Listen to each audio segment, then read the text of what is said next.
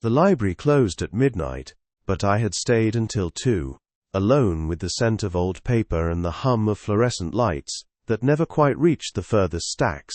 The janitor, a man named Mikhail, who spoke little but noticed everything, had long ago stopped asking why I remained. He simply left the back door unlocked, a wordless agreement between those who understood that some work could only happen in silence. I was cataloguing a collection of letters, correspondence between two philosophers who had never met in person, but had conducted a decades-long conversation about the nature of suffering and transcendence. Their words felt more real to me than most of the conversations I endured during daylight hours, those performances of normalcy that left me exhausted by noon.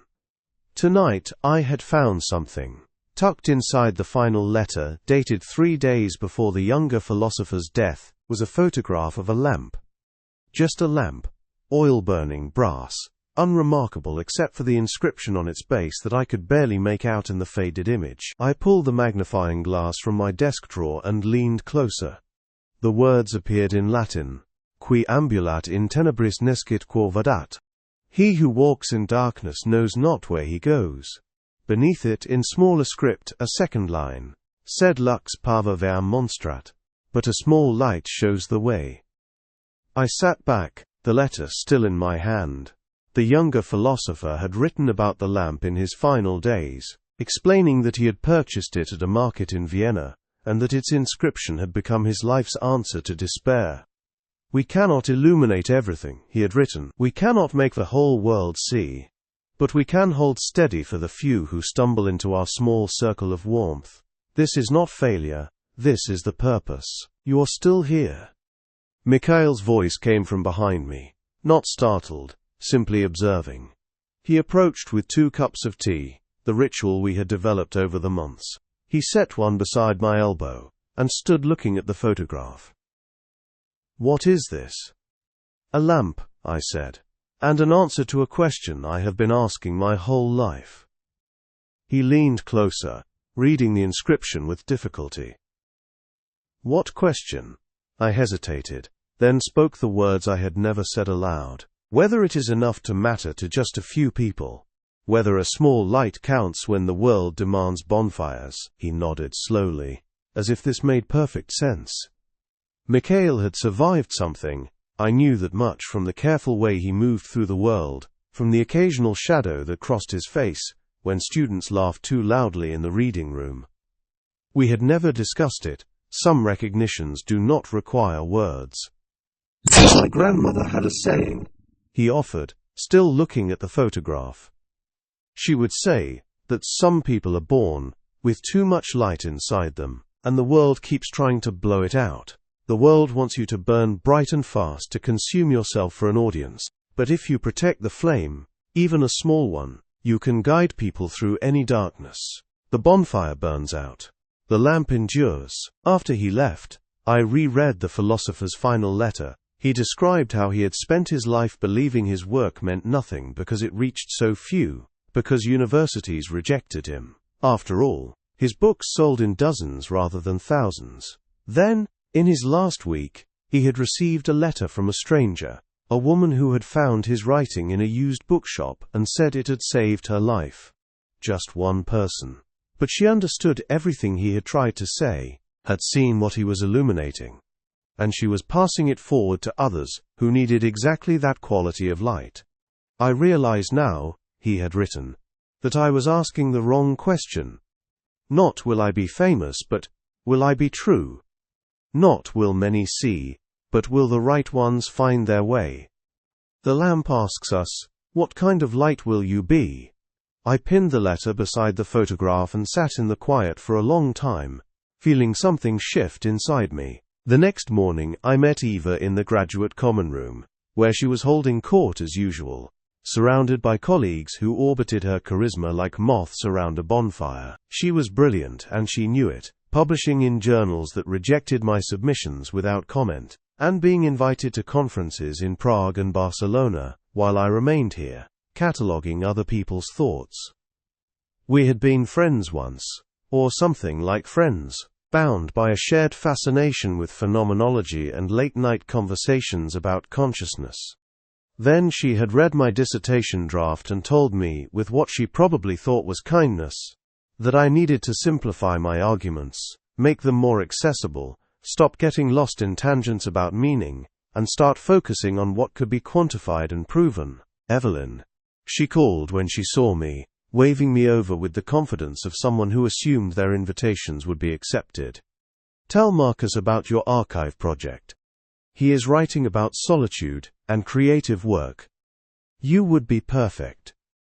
I moved toward them, because refusing would require explanation, would create a scene, would mark me as difficult. Marcus extended his hand, his grip firm and performatively confident.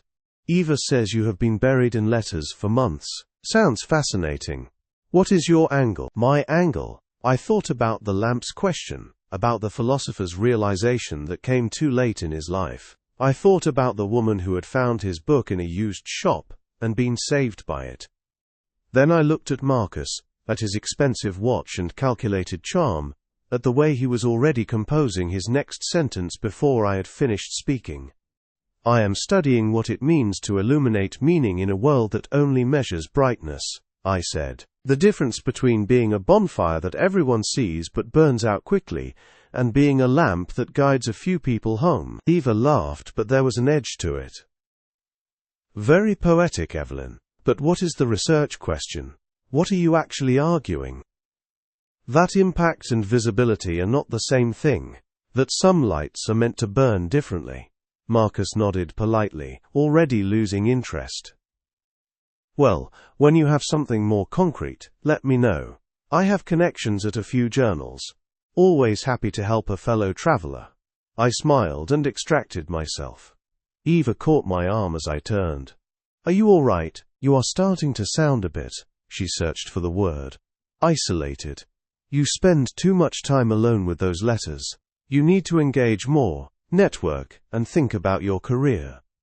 "I am thinking about my purpose," I said quietly. "They are not the same thing." Her expression hardened slightly.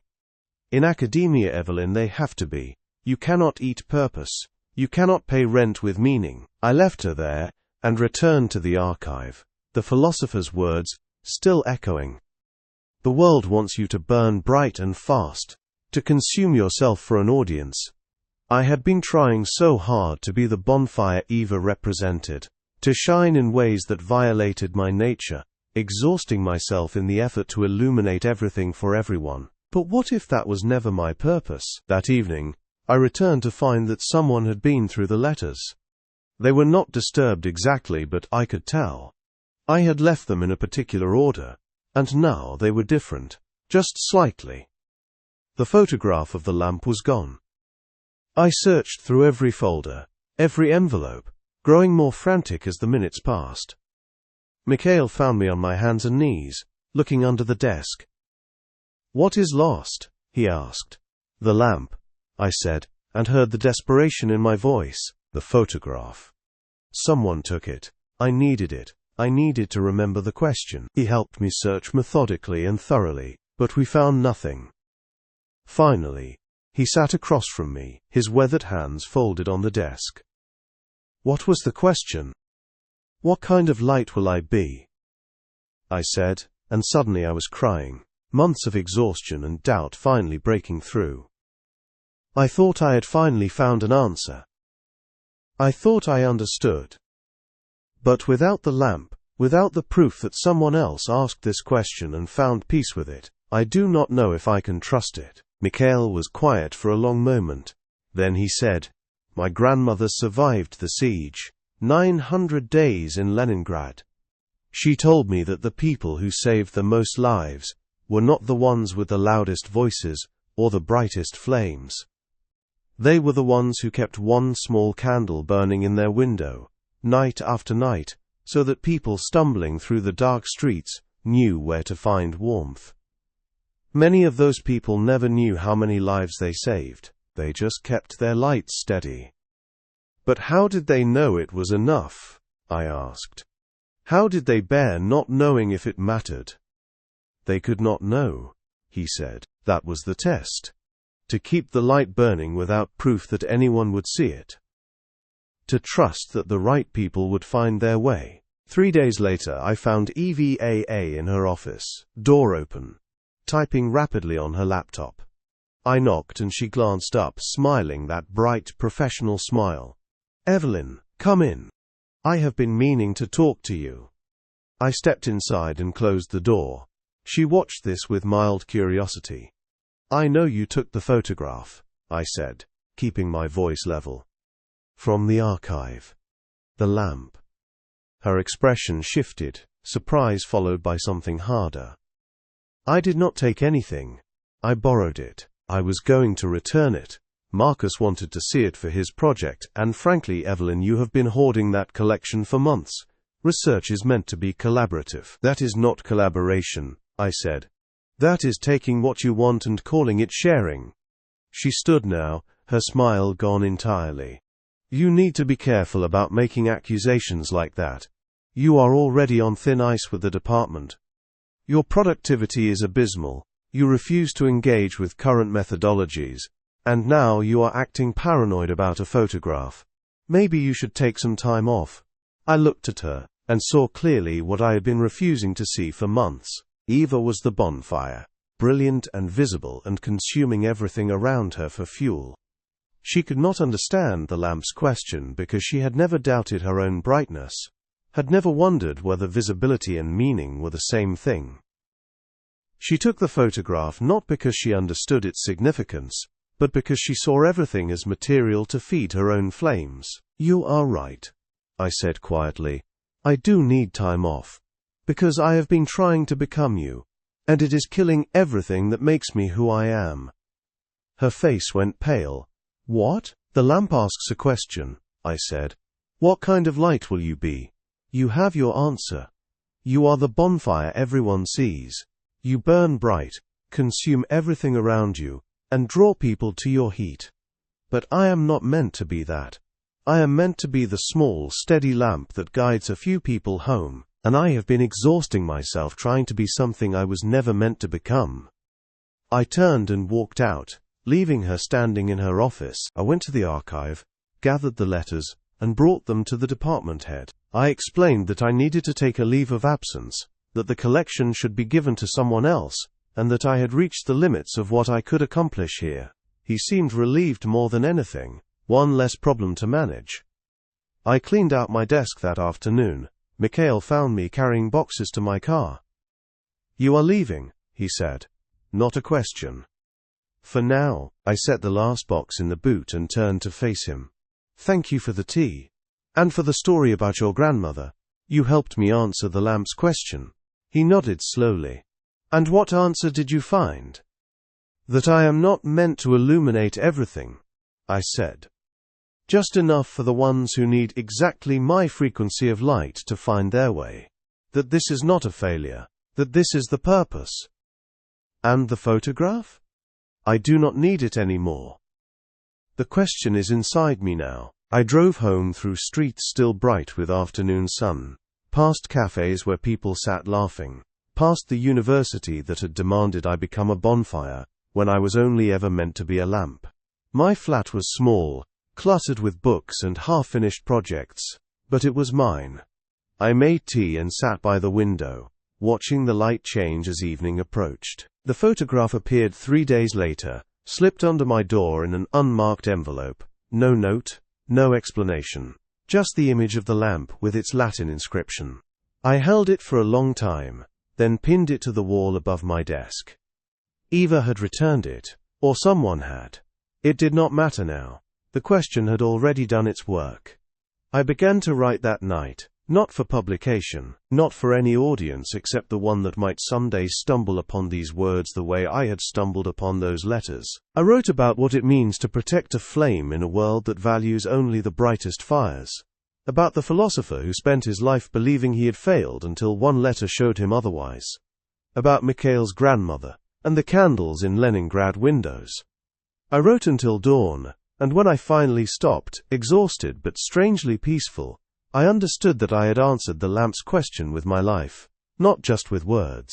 The months that followed were lean, but strangely rich. I worked part-time in a bookshop, surrounded by other people's words, and I wrote in the early mornings and late evenings, slowly building something that felt true. Mikhail visited sometimes, bringing tea and sitting in comfortable silence while I worked. We talked about his grandmother, about the war she had survived, about the small acts of illumination that keep meaning alive when everything seems bent on destruction. Eva published her paper with Marcus, and I saw my months of work distilled into 3 paragraphs of their methodology section, uncredited. I felt the anger rise, and then, surprisingly, fade. She had taken the findings but missed the question entirely. She had the lamp's image but could not see what it illuminated. On a Tuesday evening in October, as autumn turned the world amber, I received an email from a small press I had never heard of. They had seen an essay I had published in an obscure journal about the philosophers and their correspondence, and they wanted to know if I had more. They published books for what they called the remnant, the readers who still believed words could carry weight, who wanted depth over speed, meaning over market share.